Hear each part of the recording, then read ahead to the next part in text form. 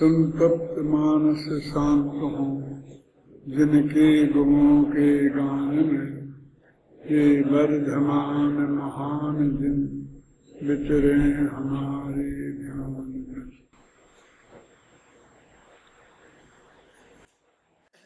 संसार शास्त्र का ज्ञेय तत्व प्रज्ञापन अधिकार चल रहा है, उसके अंतर्गत द्रव्य विशेष की चर्चा। द्रव्य सामान्य अधिकार में द्रव्यों के उन गुणों की चर्चा की जो सब द्रव्यों में समान रूप से पाए जाते हैं, इसलिए उसका नाम रखा द्रव्य सामान्य अधिकार। और ये द्रव्य विशेषाधिकार में इन द्रव्यों को अलग अलग रूप से हम कैसे समझ सकते हैं। एक तो सीधी सादी परिभाषा है कि हम बाकी के जो 5 द्रव्य हैं जीव के अलावा, तो जीव की परिभाषा समझें, फिर पुद्गल की समझें, धर्म द्रव्य की, अधर्म द्रव्य की, आकाश द्रव्य की, काल की, ये सब की परिभाषाएं अपन समझें तो द्रव्य विशेष का वर्णन हो जाता है। और अपने द्रव्य संग्रह पंचाष्टिकाय और ग्रंथों में इनका वर्णन आता है, छेड़ाला में भी आता है, क्योंकि ये तो जैन धर्म की मूल बात है ना। जब मैं तीर्थंकर भगवान महावीर सर्वोदय लिख रहा था तो उसके 2 खंड हैं। एक खंड में भगवान महावीर का जीवन और दूसरे खंड में उनके बतारा द्वारा सिद्धांत। तो पहले खंड के फिर 3 हिस्से रखे, एक पूर्व भव और एक वर्तमान भव, भविष्य के भव तो हैं ही, और तीसरा क्या है पता? एक तो पूर्व भव, एक देह के पूर्व भव, एक आत्मा के, एक शरीर के। माने एक उनकी बाप दादों की परंपरा, पिताजी कौन थे, पिताजी के पिताजी कौन थे, इस देश में कौन कौन थे, 24 तीर्थंकर हुए हैं उनके पहले, वो सारा जो वर्णन है ना, एक अध्याय में बोल लिया। भगवान महावीर से पहले के जो 23 तीर्थंकर, उनका अति संक्षेप में 2-4 पेज में ही, ऋषभदेव से लेकर और पार्श्वनाथ तक, ये उनके पूर्वज हो गए ना। पूर्वज माने सिद्धार्थ, और सिद्धार्थ के पिताजी नहीं, जो बाकी की जो हमारी तीर्थंकर परंपरा है वे उनके पूर्वज हो गए। और दूसरे फिर उनके आत्मा के भव, कि वो शेर की पर्याय में थे, फिर वो मारीच की पर्याय में थे, फिर वो भील की पर्याय में थे, वो चक्रवर्ती हुए, नारायण हुए, जो जो है ना वर्ण। तो 2 तरह के हो गए ना भूतकाल। एक उनका तीर्थंकरों की परंपरा, ये पूर्व काल, और एक उनके भवों की, और एक वर्तमान। 3 पार्ट में वो बांधा है। पहला तुमने पढ़ी है ना वो किताब, इस रूप में देखी उसे कि नहीं देखी? कि पढ़ते गए बस खत्म, जो जो हाँ आया है। माने वो किस स्टाइल में लिखी गई है, लिखने के पहले जो उसका खाका बनाया वो कैसे बनाया है? तो वो सब बात काल चक्र, माने 6 काल होते हैं, फिर इसमें चौथा काल आता है, फिर चौथे काल में 24 तीर्थंकर होते हैं, फिर पहले तीर्थंकर हुए, फिर दूसरे हुए, जो भी बताया थोड़ा बहुत, फिर पार्श्वनाथ हुए, नेमिनाथ हुए, पार्श्वनाथ हुए, महावीर हुए, कि पहले जो जो हुए ना, वो परंपरा पूरी बताई। वो बताना इसलिए जरूरी है कि आजकल बहुत लोग ये समझते हैं कि जैन धर्म महावीर ने चलाया, बुद्ध धर्म बौद्ध ने चलाया, बुद्ध ने चलाया, और जैन धर्म महावीर ने चलाया, सिख धर्म नानक ने चलाया। बस महावीर को वो ऐसे रूप में ले लेते हैं, समझ गए ना। तो कहते महावीर ने चलाया नहीं, महावीर के पहले 23 तीर्थंकरों की बहुत समृद्ध परंपरा थी। ये बताने के लिए वहां तक हमें जाना बहुत जरूरी है। और मैं ये कहता हूं अभी बीच में आप लोग उससे संबंधित नहीं हैं, यूनिवर्सिटियों में ये बात आई कि महावीर ने नहीं चलाया। महावीर के पहले पार्श्वनाथ थे, फिर पार्श्वनाथ के पहले नेमिनाथ थे। तो वो कहते हैं कि नेमिनाथ तक तो इतिहास पहुंच चुका है। तो इन 3 तीर्थंकरों को क्या बोलते हैं? ऐतिहासिक तीर्थंकर। कौन कौन? नेमिनाथ, पार्श्वनाथ और महावीर। और बाकी को क्या बोलते हैं? पौराणिक। पौराणिक माने जो पुराणों से हमने जाना है, मैंने गप्पें लिखी हैं, कोई प्रमाण नहीं है जिसका, किसने लिखी, क्या है, क्या बात है। इतिहास में तो सब बात तो तर्क युक्ति से दी जाती है। ऐसा कह करके उनको पौराणिक कहते हैं।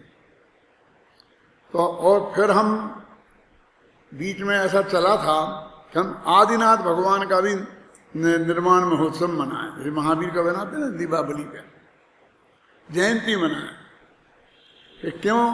क्योंकि इससे हमने महावीर की मनाई ना, तो सारी दुनिया को मालूम पड़ा कि जैन धर्म महावीर से चला। अब हमको ये बताना है कि आदिनाथ से चला, तो उसके कुछ हल्ला गुल्ला तो करना पड़ेगा ना, हर साल उसकी कोशिश तो करनी पड़ेगी ना। तो हम बड़े गौरव के साथ कहने लगे कि जैन धर्म भगवान महावीर ने नहीं चलाया, आदिनाथ ने चलाया। और समझ ले हमने बहुत बड़ा तीर मार लिया है। आदिनाथ ने चलाया है। जो महावीर की हैसियत है एक प्रचारक की जैन धर्म की, वही हैसियत आदिनाथ की है। तो फिर किसने चलाया? क्योंकि दुनिया को तो किसने चलाया है ये जानना है। तो हमने कहा आदिनाथ ने नहीं चलाया, अनादिनाथ ने चलाया। ये कौन है? ये तो हमने आज तक नाम सुना ही नहीं कि अनादि से तीर्थंकर होते आए हैं और अनादि से उनके भगत अनुयायी होते आए हैं। इसलिए जैन धर्म अनादि है। वास्तव में हमको तो इस बात पर का प्रचार करना चाहिए कि हर चीज कहीं कहीं से आरंभ हुई है। ये परंपरा, ये बात सत्य ही नहीं है। कोई भी धर्म वाला ये पसंद नहीं करता है। वो हमेशा अपनी ब्रह्मा विष्णु महेश ने जो भी था पहले ये था, उसने ये बनाया, जो कुछ किया वो कहते हैं ना सब।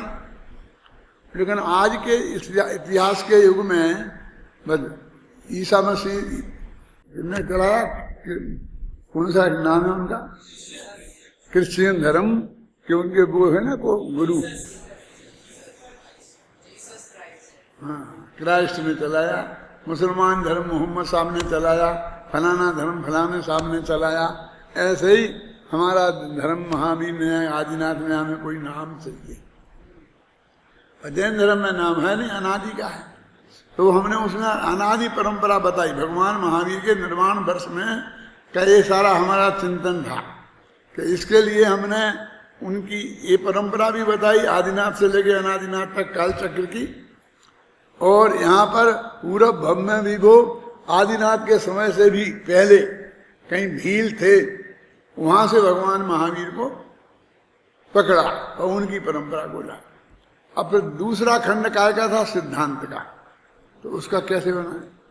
देखो सब लोग पढ़ना किताब को। मैं कल पूछूंगा कि इसकी स्टाइल क्या है। यदि ये किताब तुम्हें लिखनी हो, कैसी लिखनी हो, अच्छी बुरी की सवाल नहीं है, तो तुम इसी स्टाइल में लिखोगे तो कैसे लिखोगे? तो अपने धर्म में 3 चीजें हैं ना, सम्यक दर्शन, सम्यक ज्ञान और सम्यक चारित्र। तो 3 भागों में बांटा। फिर सम्यक दर्शन के संदर्भ में 4 चीजें लिखी। देवसास गुरु की श्रद्धा सम्यक दर्शन है, तो देवसास गुरु का स्वरूप लिखा। आत्म सिद्धांत सम्यक दर्शन है, तो आत्मानुभूति की बात बताई। और जो अपने यहाँ बताई है ना सब, वो सब चीजें 7 तत्व का सिद्धांत सम्यक दर्शन है, तो 7 तत्व का वर्णन किया। फिर सम्यक ज्ञान में क्या का वर्णन है? किसने पढ़ा? हाथ उठा के बताओगे? किताब पढ़ी होगी तो बता सकता। कोर्स में थोड़ी है?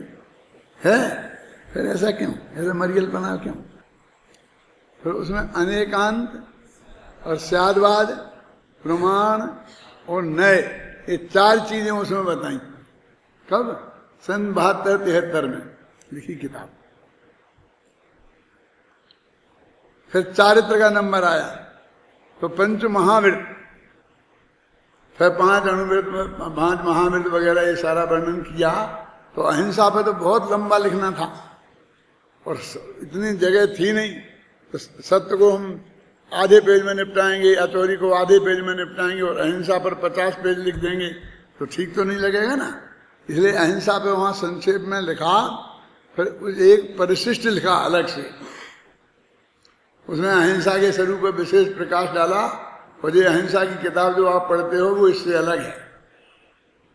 मन यही नहीं कि किताब पढ़ ली तो हमारा काम चल जाएगा। तो इस तरह से उसका पूरा ढांचा खड़ा होता है ना, कि उसमें क्या चीज है, कैसी चीज है। तो ऐसा जैन दर्शन का मूल ढांचा कैसा क्या है ये बता रहे हैं। मतलब तो पहले उनने जानने वाले तत्व का वर्णन किया ज्ञान तत्व विज्ञापन में। ये भगवान आत्मा जानता है। कैसे जानता है? पूरी तरह जानता है, क्योंकि वो सर्वज्ञ है। सर्वज्ञ की वाणी में ये सब बातें आई हैं। जो सर्वज्ञ होते हैं उनके साथ वो अनंत सुखी भी होते हैं। और ये सुख 2 प्रकार का है। एक संसार का जिसे हम सुख कहते हैं, वो वास्तव में सुख है ही नहीं, दुख ही है। और ये शुभाशुभ भाव उसके कारण है, और शुद्ध भाव उस सर्वज्ञता का कारण है और अनंत सुख का कारण है। ऐसे ये ज्ञान तत्व विज्ञापन में ये इतनी बातें बताएं। अब ज्ञेय तत्व विज्ञापन में सारे ज्ञेय माने सारी दुनिया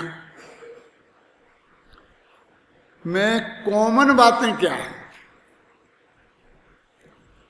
माने सभी द्रव्यों में जो बातें समान हों वो बातें बताओ, उनका वर्णन करो। वो द्रव्य सामान्य अधिकार में है।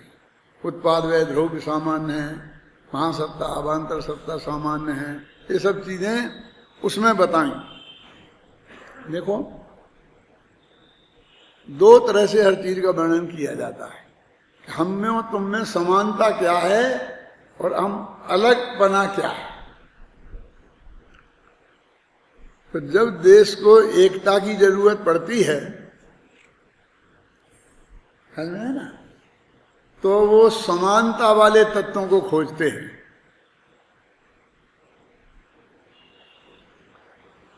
जैसे हिंदू और मुसलमान में फर्क क्या है? दोनों मानते हैं कि ईश्वर जगत का करता है, बस नाम है। वो कहते हैं कि ब्रह्मा विष्णु महेश वगैरह हैं और ये कहते हैं अल्लाह खुदा है। नाम ही का तो फर्क है। हम जैन ही अलग पड़ जाते हैं। वास्तव में ये कहते हैं ना जैन हिंदू हैं। ना हम हिंदू हैं, ना मुसलमान हैं, ना ईसाई हैं, क्योंकि वे तीनों तो ईश्वर को जगत का कर्ता मानते हैं और हम तो कोई ऐसे ईश्वर को स्वीकार नहीं करते हैं। एक द्रव्य दूसरे द्रव्य का कर्ता धर्ता नहीं है। ये जो जैन धर्म की असली बात थी, जो हम सब लोग भूल ही गए थे। पूज्य गुरुदेव श्री सुख में नहीं होते तो शायद ये बात हमें याद भी नहीं आती। जब उन्हें डंके की चोट हमारे ही ग्रंथ समयसार को उठाकर और हमें दिखाया कि देखो इसमें क्या लिखा है, तो हमारी समझ में आया।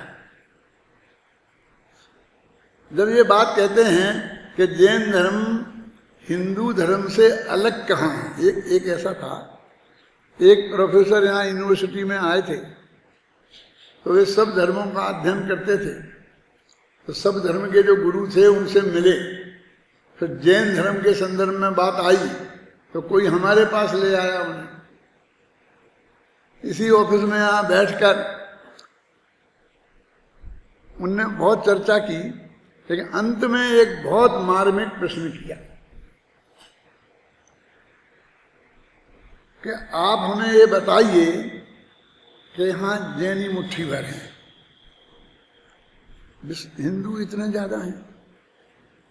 हिंदुओं से जैनियों में ऐसा क्या अंतर है जो आप मुट्ठी भर जैनियों के साथ खड़े हैं। आप जैसा विद्वान वक्ता यदि हिंदू धर्म में चला जाए तो उसे आपके यहाँ 100 जो स्रोत आप मिलते हैं वहाँ 1000 मिलेंगे, आपको कई गुना मतलब वो मिलेगा।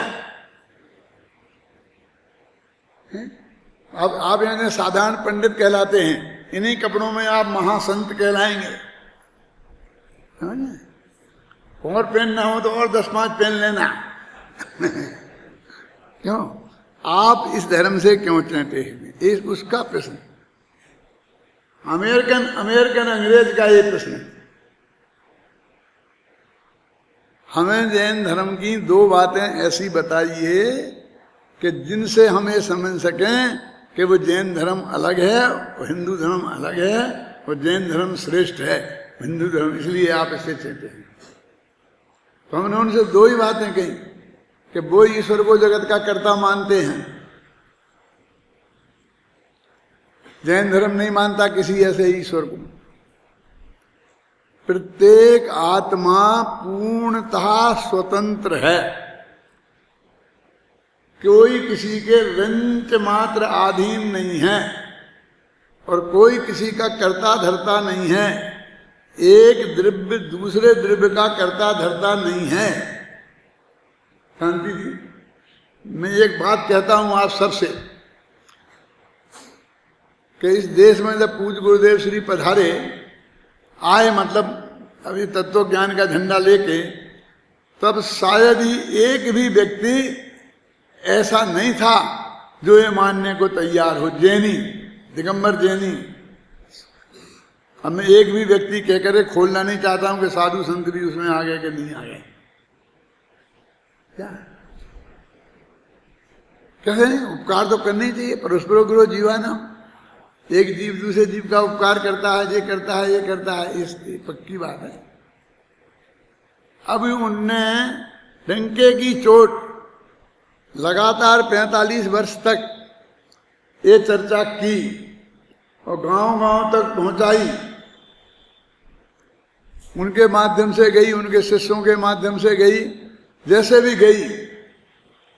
लेकिन आज भी वही पोजीशन है कि तुम जाओ सब के सब यहां से कश्मीर से कन्याकुमारी तक तो किसी भी संघ में चले जाओ और उससे ये बात स्वीकार करा के आ जाओ, तो एक देव दूसरे देव का करते नहीं। कैसे नहीं करता? करना तो पड़ेगा ही ना, बिना किए क्या होता है। और उपकार तो करनी चाहिए। माँ बाप बच्चों को नहीं पालेंगे तो फिर क्या होगा? समझ रहे हैं ना? करें आओ, आज भी प्रयोग कर लो। तो आप क्या कहना चाहते हैं कि पूज्य गुरुदेव जी ने कुछ नहीं कर पाया? मैं ये कहना चाहता हूं कि इतनी बात आगे आ गई, लाखों लोगों तक पहुंच गई, लाखों लोगों ने स्वीकृत हो गई। ये गुरुदेव का नए महान काम गुरुदेव के माध्यम से तो ये हुआ, लेकिन उससे भी ज्यादा करोड़ों लोग ऐसे मौजूद हैं कि जिनको ये महातत्व स्वीकृत नहीं है। अकेली बात गुरुदेव की नहीं है।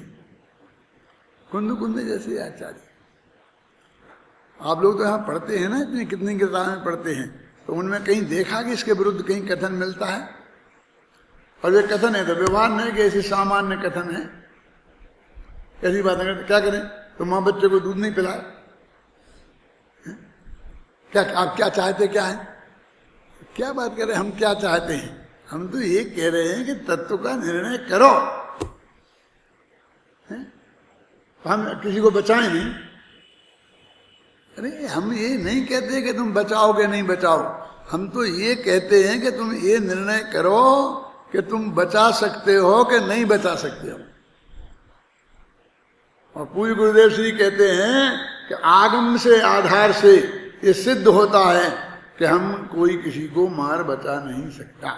तो ये चर्चा कुंद कुंद ने बंध अधिकार में की, जिसमें कर्म बंधन की चर्चा होनी थी। पढ़ी है ना तुमने? होगा सुबह 16 गाथाएं। निज आयु 6 से मरण हो यह बात,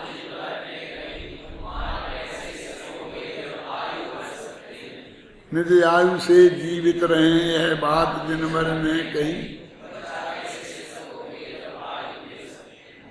मूल कुंद कुंद की वाणी में एकदम क्लियर लिखा है।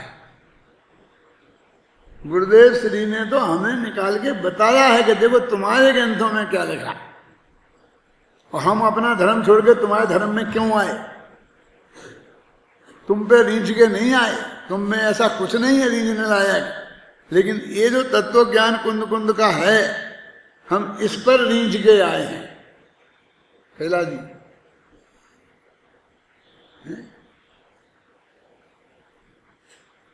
तो हम भी कहते हैं गुरुदेव से कि गुरुदेव श्री हम भी आपका ये गोरा भूरा चेहरा देख के रीझ के नहीं आए हैं, हम भी आपने ये महातत्व बताया इस पर रीझ के आपके चरणों में आए हैं।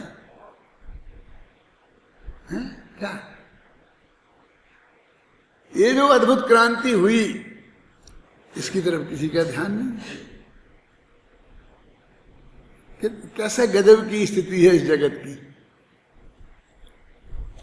आपको ऐसे संसार में रहना है, समझ लेना। ये तत्व ज्ञान भी आपके सामने रहेगा, वो जुनवाणी भी आपके सामने रहेगा। अब जो सौभाग्य समझो चाहे दुर्भाग्य, 5 साल में आप इतना पढ़ लेंगे, इतना आपको सब उपस्थित हो जाएगा।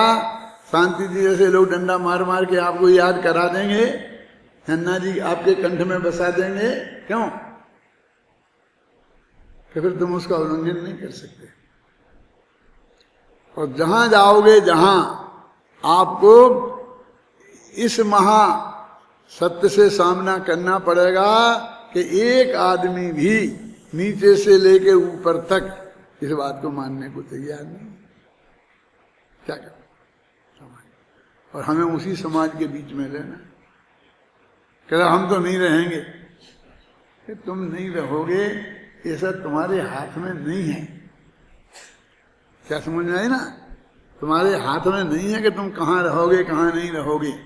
तो ऐसी बात वो तत्व ज्ञान जो कुंद कुंद ने समझाया प्रवचन सार में, समय सार में, तो वो सब सामान्य बन गया। यूनिवर्सिटियों में जितना भी फिलोसफी पढ़ाई जाती है उसमें 2 प्रश्न हर एक के मामले में होता है कि इन दोनों में जैन और बौद्धों में अंतर क्या है और समानता क्या है। ये 2 प्रश्न आएंगे ही आएंगे। वहां 10-15 समानताएं गिनाई गई होंगी और 10-12 अंतर बताए गए। दोनों का आचरण अहिंसक है, दोनों भारत में पैदा हुए, दोनों का एक काल में पैदा हुए, महावीर और बुद्ध भी समकालीन हैं, ऐसे एकताएं बताई जाएंगी। और फिर एक बताया जाएगा वो क्षण के बाद मानते हैं, ये नहीं मानते हैं, ये नहीं मानते हैं, फिर ये बातें बताई जाएंगी। कुंद कुंद की ये गजब देखो प्रवचन सार की कि आज से 2000 वर्ष पहले संत जी उनने ये ज्ञेय तत्व प्रज्ञापन अधिकार लिखकर ये बताया कि समानताएं क्या हैं और अलग तत्व से क्या है। ये बिल्कुल इसी स्टाइल में। आप जाओ यहाँ से उठ करके 10 बजे खत्म होगा ना तो सीधे यूनिवर्सिटी जाना और वहाँ की लाइब्रेरी में से उठाकर हर फिलोसफी की किताबें उठाना राजमा की, और उसमें देखना उनके नोट्स बने होंगे जो बाजार में बिकते हैं ना पढ़ने वालों की, उन सब में ये 2 प्रश्न सबसे पहले होंगे। चाहे वो तर्क शास्त्र हो, चाहे अर्थशास्त्र हो, चाहे व्यंजन शास्त्र हो, कुछ भी हो, कि इनमें समानता क्या है और असमानता क्या है। देखो दिगंबर श्वेतांबर, समानता क्या है और असमानता क्या है कि दोनों जैन हैं, दोनों महावीर के भगत हैं, दोनों 24 तीर्थंकरों को मानते हैं। आप समझे ना? ऐसी गिनाई जाएंगी ये समानता है। और फिर असमानता में गिनाई जाएगी, वे सबस्त्र मुक्ति मानते हैं, ये सबस्त्र मुक्ति नहीं मानते हैं, वे स्त्री मुक्ति मानते हैं, वे स्त्री मुक्ति नहीं मानते हैं, वे केवली को कबलाहार मानते हैं, ये केवली को कबलाहार नहीं मानते हैं, वे मल्लिनाथ को स्त्री मानते हैं, वे पुरुष मानते हैं। अंतर गिनाए जाएंगे। 2 ही चीजें बताई जाएंगी। कौन सी? अंतर क्या है और समानताएं क्या है। ये बात आचार्य कुंद कुंद ने प्रवचन सार में 2000 वर्ष पहले लिखी। जब ज्ञेय तत्व प्रज्ञापन शुरू किया, ज्ञेय तत्व माने ये दुनिया में जानने लायक क्या है, क्या नहीं है जो जानने लायक नहीं हो। आपने कहा साहब अमेरिका जाओ तो क्या देखने लायक है हमें बता दो, हम जाएंगे तो हम देख आएंगे। क्या देखने लायक है ये बताएं हम तुम्हें। हर गली गली देखने लायक है, हर घर देखने लायक है। हम ये नहीं बता रहे आपको कि ऑरलैंडो में जाना, फलाना ये देखना, और वो क्या ये देखना ये देखना। ये गली गली गली गली देखने की बात करता है कौन है? कि वहां की गली कितनी नीट और क्लीन है, ये एक दफे देख के तो आओ तो तुम्हें भी होश आए कि हमारे यहाँ की गलियां भी ठीक होनी चाहिए। समझ में आई ना कि गली गली देखने लायक है। क्यों मुकेश जी, हमसे लोग आप घूमने कहाँ जाते हो? हम जहाँ जिस घर में ठहरते हैं ना उसके सामने घूमते हैं। क्यों? सारा एरिया बगीचा है, जहां देखो जहां हरियाली हरियाली हरियाली, पेड़ पौधे फूल पत्ती, कहीं जाने की जरूरत ही नहीं है। क्यों? हम वो आपको ताजमहल देख के आना ये भी कहते हैं, आप फलानी बिल्डिंग देख के आना, आप समझे ना, कहते हैं देखने लायक क्या नहीं है। तो इस जगत में जानने लायक क्या नहीं है कि हम तो सब मुमुक्षु हैं, एक आत्मा के अलावा और कुछ भी जानने लायक नहीं है। यही बात है, मुमुक्षु इसे कहते हैं। संतलाल जी, एक आत्मा के अलावा और कुछ जानने लायक नहीं है, तो एक ज्ञेय तत्व प्रज्ञापन क्यों लिखा? ज्ञेय तत्व प्रज्ञापन का अर्थ क्या होता है कि दुनिया में जितने भी पदार्थ हैं, उनके जितने द्रव्य हैं, जितने उनके गुण हैं, वो जितनी उनकी पर्यायें हैं, वो सब जानने योग्य हैं। ज्ञेय माने जानने योग्य ही होता है। सारी दुनिया ऐसा कुछ है ही नहीं कि जो जानने योग्य नहीं हो। तो अमेरिका में ऐसा कुछ है ही नहीं जो देखने योग्य नहीं हो। जाओ, जो देखने में मिल जाए वही बढ़िया है। क्यों? ये नहीं कहा तुम तो अकेला आत्मा को जान, छोड़ छोड़ इसको छोड़। नहीं साहब, तो गुरुदेव ने तो ये भी बताया था कि गुरुदेव ने एक प्रवचन सार पर भी प्रवचन किए हैं। नहीं समय सार पे 19 बार, तुम 19 बार पढ़ना, लेकिन ये 2-4 दफे तो किए, 2-4 दफे के ये भी पढ़ लेना। कौन कौन सी बातें अपन ने पढ़ी कि जो सब में कॉमन है। आप क्या पढ़ रहे हैं? जो सब में अलग अलग है। अब देखो कि इसकी आवश्यकता कैसे पड़ती है। अभी हमें पूरी जैन समाज की एकता की बात करनी है। क्यों? क्योंकि ये गवर्नमेंट भगवान महावीर की भी जयंती नहीं करती है, ये हमारी सल्लेखना पे यूं उंगली उठाती है। तो हमको सबको मिलके लड़ना पड़ेगा। समझ में मैं क्या कहना चाहता हूं? आपकी आवश्यकता कैसे खड़ी हुई? हमें क्या लेना देना श्वेतांबरों से? जिस मत से हम छोड़ के आए हैं उस मत से हम क्यों बात करें कि जरूरत पड़ेगी। जब तुम्हारा संसारा संकट में पड़ेगा ना, तब तुम्हें जरूरत पड़ेगी। तो जब तुमको जरूरत महसूस हो तो वो चैप्टर खोलना। कौन सा? जो दिगंबर श्वेतांबर में सब बातें कॉमन हैं। समझ नहीं रहे? जब सम्मेद शिखर से लौट के आओ पर्वत की वंदना करके, गिरनार से लौट के आओ, पालीताना से लौट के आओ, तो नीचे लड्डू मिलेगा, तो लेके खा लेना। देखना नहीं श्वेतांबर का है कि दिगंबर का है। कोई का होगा वो शुद्ध होगा, उसमें कोई गड़बड़ नहीं होगी, तेरे खाने लायक होगा। वहां पर शास्त्र खोल के नहीं बैठना कि क्या क्या अंतर है।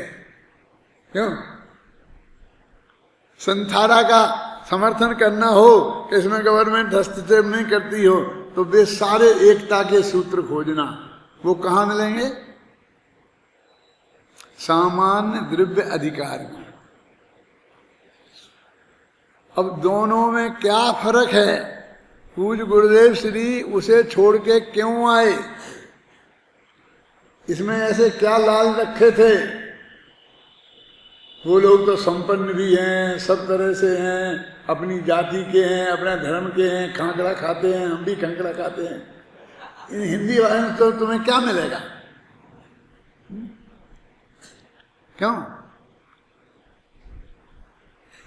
समानता, समानता तुम्हें क्या मिलेगी? जब हमको एकता की जरूरत हो तो क्या निकालना? द्रव्य सामान्य अधिकार।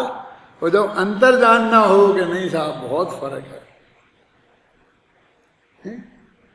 एक पहले गुणस्थान से ऊपर ही नहीं बढ़ते हैं, हर बात बात में अंतर है।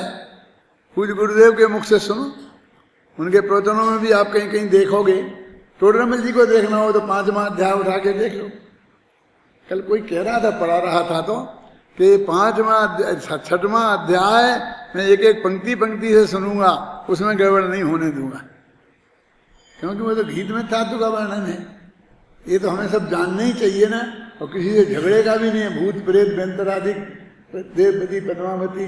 अब वास्तव में वो दिगंबर में दिगंबरों का चक्कर है, समझ आएगा नहीं? क्षेत्रपाल पद्मावती की भी खिंचाई करी ना उसमें, तो 20 पंथियों से झगड़ना हो गया।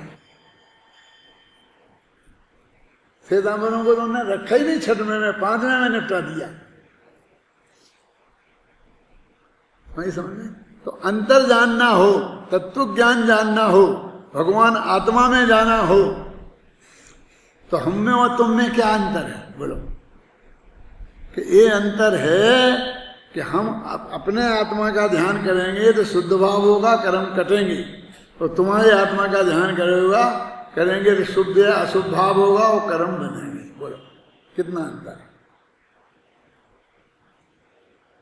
हम में और तुम में भी। सेठी जी आप क्या काम किए हो हमारे? एक देव दूसरे देव का करता धरता तो है ही नहीं, सहयोग महयोग तो कर ही नहीं सकते। समय सार में लिखा है, प्रथम सार में लिखा है, गुरुदेव श्री ने बताया है। तो और सब बात न सही, विरोधी तो नहीं है ना? हम अपने को जानेंगे तो शुद्ध भाव होगा, और तुम्हें जानेंगे तो शुद्ध भाव होगा। क्या करें? लेकिन सब में ज्ञान दोनों में होगा, मिथ्या ज्ञान नहीं होगा। उसमें एकता का सूत्र भी खोज सकते हैं हम, और भिन्नता का सूत्र भी खोज सकते हैं। अपना ये अधिकार चल रहा है, वो काय का चल रहा है? भिन्नता का। दोनों भिन्न कैसे हैं? अभी देखो, वो सामान्य था ना, सद्द्रव्य सद्द्रव्य लक्षणम, द्रव्य का लक्षण सत है। ऐसा कोई भी द्रव्य नहीं है जिसमें सत नहीं है। फिर इन्होंने पहले ही शुरू किया तो द्रव्य 2 प्रकार के हैं, जीव और अजीव। बस इनका ये तो झगड़े ही आएंगे और झगड़े ही डालेंगे। क्यों? शांति से नहीं रहने देंगे।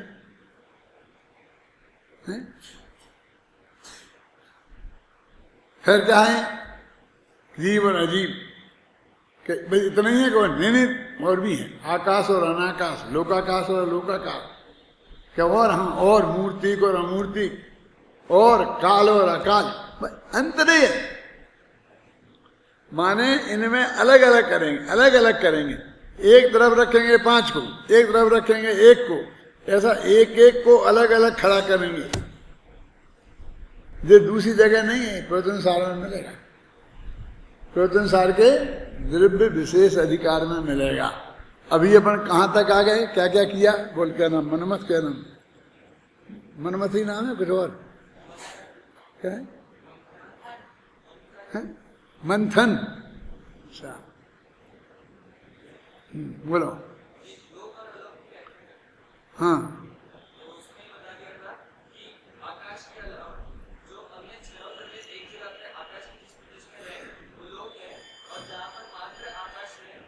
आलोक है, और बाकी के जहां पर 6 द्रव्य हैं वो जगह लोक है।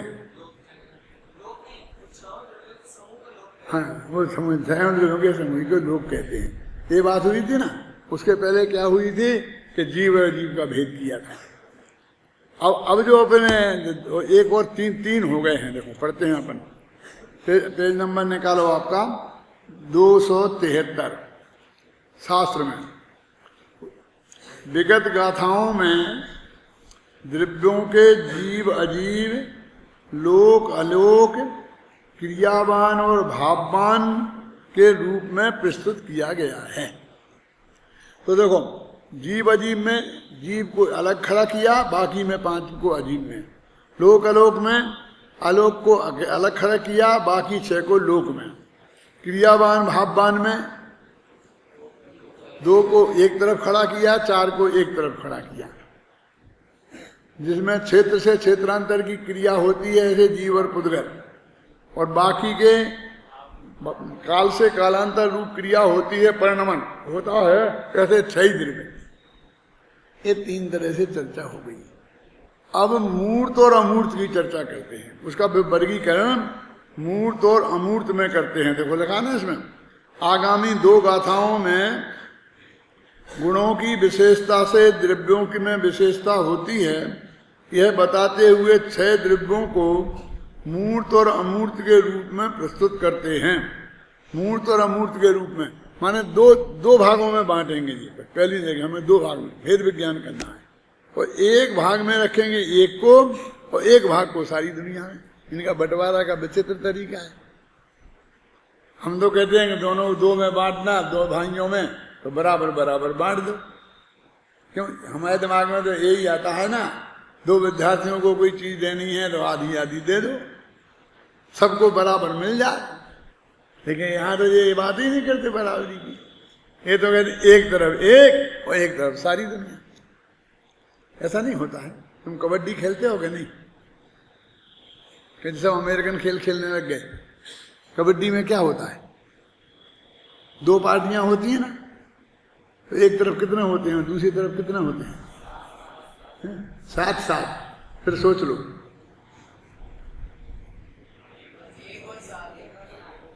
इसका समझ में आ रहा ना?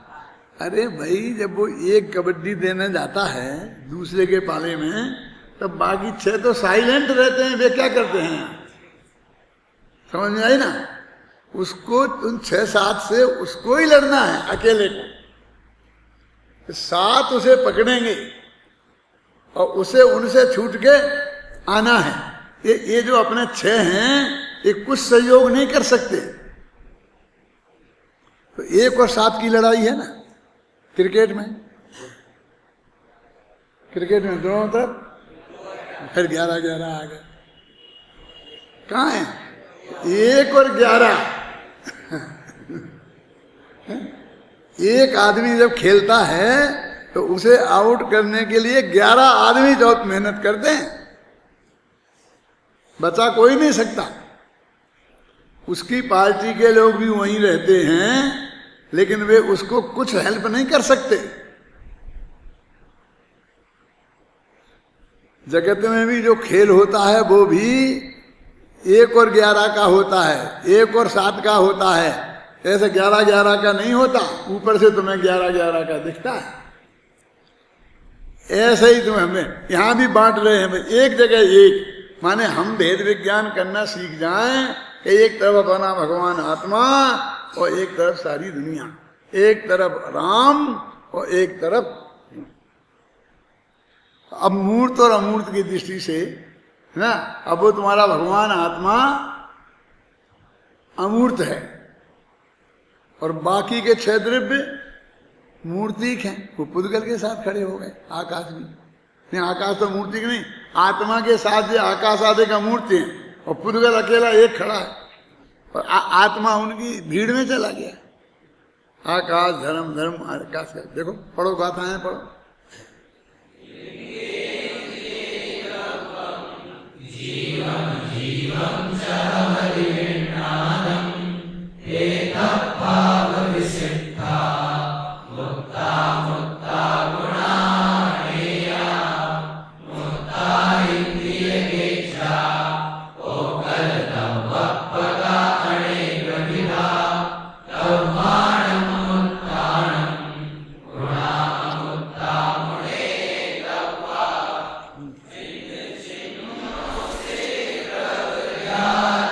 हो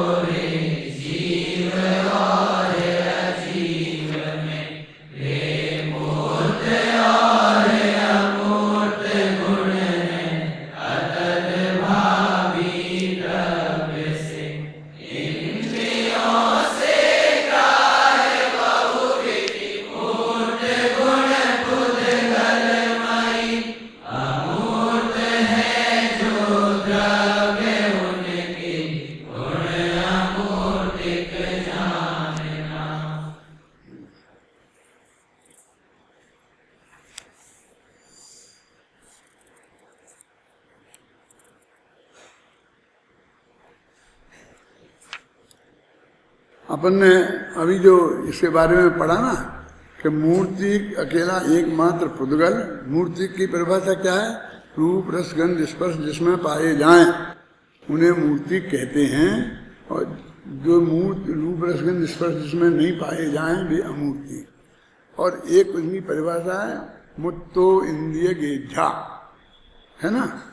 मूर्त जो है कौन सी दूसरी गाथा ना 131वीं, उसकी पहली पंक्ति क्या है? मुत्तो इंद्रिय गिज्जा। ये परिभाषा दी है। मूर्त उसे कहते हैं जिनमें इंद्रियां निमित्त हों, जिनके ग्रहण करने में इंद्रियां निमित्त हों। उसको कोई ऐसे निमित्त निमित्त बार बार बोलते नहीं है, वो हमें समझना पड़ेगा। इसमें तो क्लियर लिखा मुत्ता इंद्रिय गिज्जा, जो इंद्रियों से पकड़ में आए वे सब मूर्ति हैं। अब हमारे पास मोटे रूप से जानने के साधन ये इंद्रियां हैं। यद्यपि हमारा जो मति ज्ञान और शुद्ध ज्ञान है वो 6 द्रव्यों को जानता है और उनकी अधिकांश पर्यायों को भी जानता है। द्रव्येषु असर्व पर्यायेषु, 6 द्रव्यों को जानता है और उनकी कुछ पर्यायों को भी जानता है। तो इसलिए तो फिर तो हमारे पास जो ज्ञान है वो 6 द्रव्यों को जानने वाला है ना। समझना मैं क्या कहना चाहता हूं। ये भी अद्भुत बात है जो आपके ध्यान में नहीं आई। लेकिन यहाँ तो 6 द्रव्यों के अपन कहाँ, अपन खुद ही बस हमारी इंद्रियां हैं। तो मति ज्ञान इंद्रियों के माध्यम से होता है। हमने न मालूम यहाँ कहाँ से ये सीख लिया। जब हमने इंद्रिय वाला पाठ लिखा था जो बालबोध पाठमाला भाग 3 में है, मालूम, तो वहां ये झगड़ा खड़ा हुआ कि इंद्रियों के उसमें लिखा था जो इंद्रियों से जाने, क्या वो पाठ था, चक्षु इंद्रिय से जानने में आए, फलाना फलानी इंद्रिय से जानने में आए, फलानी इंद्रिय से जानने में आवे। तो इंद्रियों से ही जान, मति ज्ञान की परिभाषा लिखी तो जो इंद्रिया इंद्रिय निमित्तम, इस इंद्रिय और मन जिसमें निमित्त हैं वो मति ज्ञान। तो इंद्रियों और मन निमित्त, तो इंद्रियां तो निमित्त नहीं होंगी ना, हर एक जो अमूर्तिक पदार्थ है उन्हें जानने में तो नहीं होंगी ना। तो हमने तो बस इंद्रियों के माध्यम से हमारा मति ज्ञान है, शुद्ध ज्ञान है, वो इंद्रियों के माध्यम और मन के माध्यम से होगा, इसलिए वही चीज जानने योग्य है। तो हमने सिर्फ पुद्गल को ही जानने योग्य में रखा स्थूल रूप से। अभी सारी दुनिया मानती है, अपने तत्व की चर्चा करने लग गए हैं गुरुदेव के प्रताप से, इसलिए इतनी बात जानते हैं।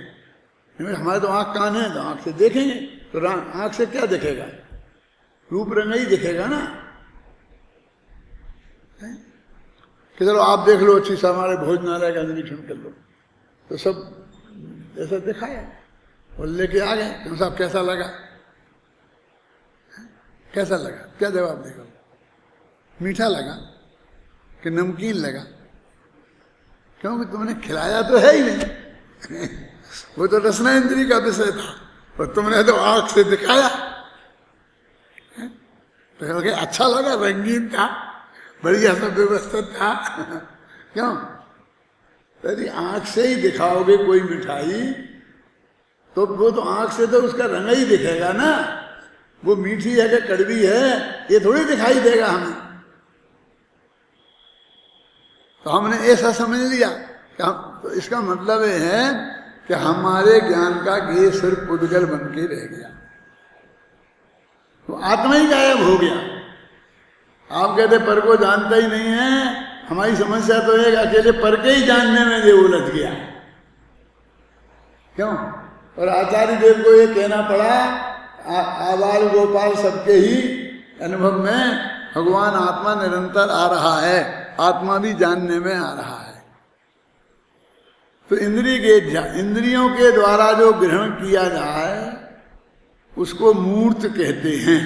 और ऐसा मूर्त एक पुद्गल द्रव्य है, और जो बाकी के द्रव्यों में वो मूर्तिक पना नहीं है। मूर्तिक पना में नहीं है माने मूर्ति स्पर्श, रस, गंध, वर्ण और शब्द, समझ लो ये 5 चीजें जिसमें हों उसे मूर्ति कहते हैं। तो बाकी के 5 द्रव्य अमूर्तिक हैं, उसमें आकाश भी आ गया, धर्म द्रव्य भी आ गया, अधर्म द्रव्य भी आ गया, काल भी आ गया। अरे आत्मा के साथ पार्टी में बैठ गए। इधर जब आत्मा से बिल्कुल अलग कर दिए थे ना अपन ने, कौन से प्रकरण में, जब जीव अजीव का भेद विज्ञान किया था तब, फिर अलग अलग तरीके से अब हमने इंद्रियों के दायरे बांटे हैं। अमृतचंद की अपन पढ़ेंगे, इसके पहले अपन जरा गुरुदेव का पढ़ लें तो आपकी बात जरा स्पष्ट हो जाएगी। फिर बाद में अपन अमृतचंद का पढ़ेंगे। और 185 पेज पर स्वामी जी इन गाथाओं के भाव को इस प्रकार स्पष्ट करते हैं। गुण अपने द्रव्य का आश्रय करते हैं, पर का आश्रय नहीं करते। आत्मा के गुण आत्मा का और पुद्गल के गुण पुद्गल का आश्रय करते हैं। पुद्गल के गुण आत्मा का आश्रय किए बिना रहते हैं और आत्मा के गुण पुद्गल का आश्रय किए बिना रहते हैं। जिनसे द्रव्य पहचाना जा सके ऐसे लिंग हैं। अब ऐसे जो आत्मा पहचाना जा सके, ऐसे गुण तो अनंत होते हैं, लेकिन यहाँ तो वो लक्षण की दृष्टि से चाहिए ना। तो ज्ञान का कहेंगे उपयोग, इसका पुद्गल का क्या कहा, मूर्तिकपना। तो पुद्गल में एक ही गुण थोड़ी है, और भी अनंत गुण है ना। जैसे अपन ने धर्म द्रव्य का लिखा तो गति हेतुत्व, वही बहुत अटपटा लगता है कि आत्मा का तो ज्ञान था ना, तो आत्मा में ज्ञान था, असली गुण था, बढ़िया चीज थी। पुद्गल में भी मूर्तिकपना माना रूप रस गंध स्पर्शपना है, लेकिन इसमें खुद का गुण तो बातें ही नहीं करते कि जो जीव पुद्गल के चलने में निमित्त हो। तो निमित्त होना एक गुण है, जबकि अपने तो ये कहते हैं निमित्त से कुछ काम नहीं होता, निमित्त से कुछ काम नहीं होता। और इनने कहा गति हेतुत्व, स्थिति हेतुत्व, अवगाहन हेतुत्व और परिणमन हेतुत्व, 4 है ना। गति हेतुत्व धर्म द्रव्य, स्थिति हेतुत्व अधर्म द्रव्य, वर्तना हेतुत्व काल द्रव्य, अवगाहन हेतुत्व। तो इनको 4 द्रव्यों को निमित्तों की अपेक्षा समझा रहे। तो ये तो एकदम अन्याय है ना। माने उनके जो असली गुण हैं उनकी तो बात नहीं करते। जैसे मैंने कल कहा था कि गाय को दूध की तो बात नहीं करते हैं, बकरी को दूध की तो बात नहीं करते हैं, और वे गले में लटकने वाले बिल्कुल बेकार जो चीजें लटक नहीं, उनको तुम परिभाषा में ले रहे। ऐसा ही यहां हुआ ना, गति हेतुत्व स्थिति हेतुत्व। तो उनमें भी वे अनंत गुण हैं, लेकिन वो हमारी पकड़ में नहीं आते।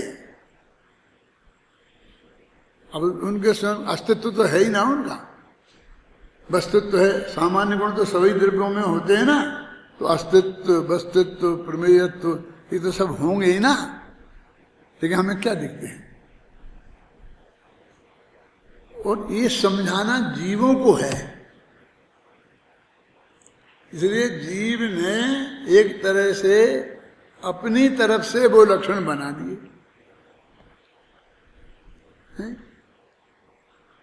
जैसे किसी चीज को वस्तु कहते हैं, तो वस्तु क्यों कहते हैं कि वस्तुत्व गुण की अपेक्षा वस्तु कहते हैं, द्रव्यत्व गुण की अपेक्षा द्रव्यत्व कहते हैं, प्रमेयत्व गुण की अपेक्षा प्रमेय कहते हैं। ऐसे नाम है अलग अलग।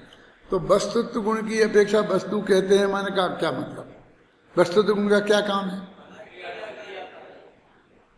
है ना, कि वो किसी ना किसी काम का होना।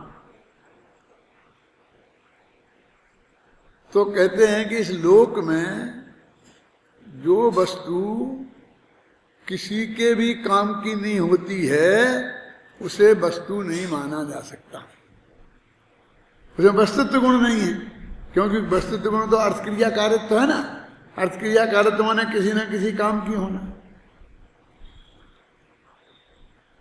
देखो, एक आदमी रास्ते में जाता था, वो नीचे उसे कोई चमकदार चीज पड़ी हुई दिखाई दी तो उसने समझा कि चांदी का रुपया पड़ा है, कि कोई चांदी का कोई चीज पड़ी है। तो झुककर ऐसा हाथ लगाया तो वो किसी का कफ था। कफ समझते हैं? तो हाथ गंदा हो गया। फिर सामने वाला कोई देख रहा था, ये बनिया झुका है, इसे कुछ ना कुछ मिला है, बनिया बिना उसके नहीं झुकता, उसे कुछ ना कुछ मिलना चाहिए, नहीं तो वो इतना मुफ्त में नहीं झुकता किसी के सामने। तो उसने पूछा क्या है? क्या जवाब देगा बोलो? कुछ नहीं, यही कहता ना। सारी दुनिया का देख लो, जब वो कोई चीज देखेगा और वो काम की नहीं मिली तो वो कहेगा कुछ नहीं। बोलो कांच का भी टुकड़ा होता नहीं सही वो कप, तो भी वो फेंक देता वहीं और कहता कुछ नहीं। वो कुछ नहीं है तो कुछ नहीं दिखता है आंख से। बोला कुछ नहीं कैसे कह रहे तुम? तो कहते वो वस्तु किसी काम की नहीं, तो काम की नहीं तो माने वो वस्तु ही नहीं। लोक में भी जो चीज काम की होती है उसे हम वस्तु मानते हैं, और जो काम की नहीं होती है उसे हम वस्तु नहीं मानते। इसलिए हम वस्तुओं का संग्रह करते हैं। एक एक के घर में जाओगे ना, 10-10 जोड़ी जूते पड़े होंगे। अब पुराने पड़ गए, खराब हो गए, पहनते नहीं है, नए खरीद लिए, फिर नए खरीद लिए, फिर अभी पुराने फेंक। अब इन्हें तो फेंकना पहनना तो एक दिन भी नहीं है। ऐसे कपड़े भी होते कि नहीं? ये महिलाओं की साड़ियां भी होती हैं ऐसी, अपने तुम्हारे बुशर्ट वगैरह भी होते होंगे ना, पहनना ही नहीं है लेकिन तो भी रखते हैं, 1-2 साल तक घर में रखते हैं। फिर जिस दिन फेंकते हैं, मैं तो उसकी बात करता हूँ, तो क्या कहते हैं ये किसी काम के नहीं। माँ कहते अरे इतनी बिल्कुल नई है, बिल्कुल नई है, क्यों फेंक रहा है? क्यों? किसी काम की नहीं, मैं तो पहनूंगा नहीं। अब तुमको कब तक रखोगी? वे जूते पड़े रहते हैं 10-10 साल के, उनके तेरे कितने पड़े? वो जूतों को हमको फेंका नहीं जाता, किसी दिन काम आएंगे क्या? जबकि वो सचमुच किसी दिन काम आने वाले नहीं है।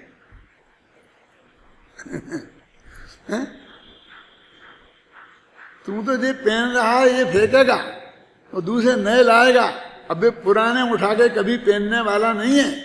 ये बात पक्की है ना? फिर भी जिसे परिग्रह संज्ञा बोलते हैं ना, जब तक उसके दिमाग में ये बात रहेगी कि ये वस्तु किसी काम की है, कभी काम आएगी, तब तक वो फेंकेगा नहीं। फेंकने के पहले उसमें से वस्तुत्व गुण को निकलना चाहिए। निकलना चाहिए माने तेरी दृष्टि में से निकलना चाहिए। जिस दिन तू ये समझ लेगा कि ये किसी काम की नहीं है, तो 1 सेकंड नहीं रखेगा, क्योंकि जगह की भी तो कीमत है।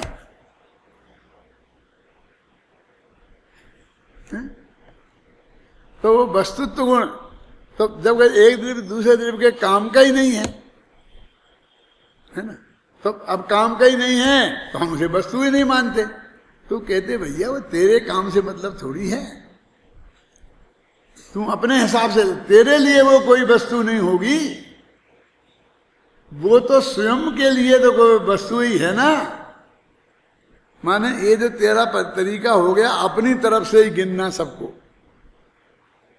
अपनी दृष्टि से ही देखना, और उस दृष्टि से ही उसको वस्तु मानना, उस दृष्टि से वस्तु नहीं मानना।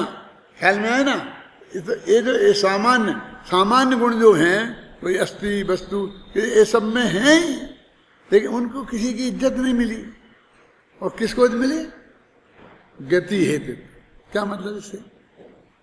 कि जब हम चलेंगे तब उसे निमित्त कहा जाएगा, नहीं चलेंगे तो बेचारा निमित्त भी नहीं। और उसे तुम्हारे इस चलने में निमित्त होने में क्या रस है? वो तो अजीब है। वैसे ही नहीं है। क्या अनंत जीव हैं, बेसब निमित्त हो, सबका निमित्त हो जाए, एक का भी नहीं हो, और जब ये चले तो हो जाए।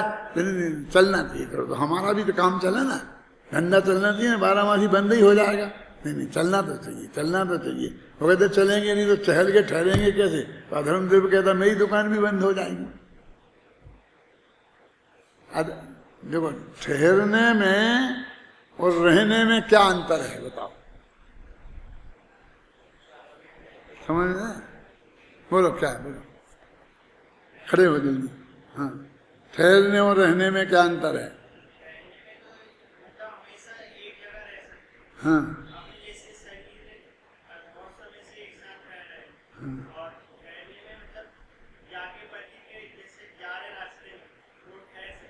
हाँ, ठहरना तो टेम्परेरी है और रहना जरा परमानेंट है। क्यों?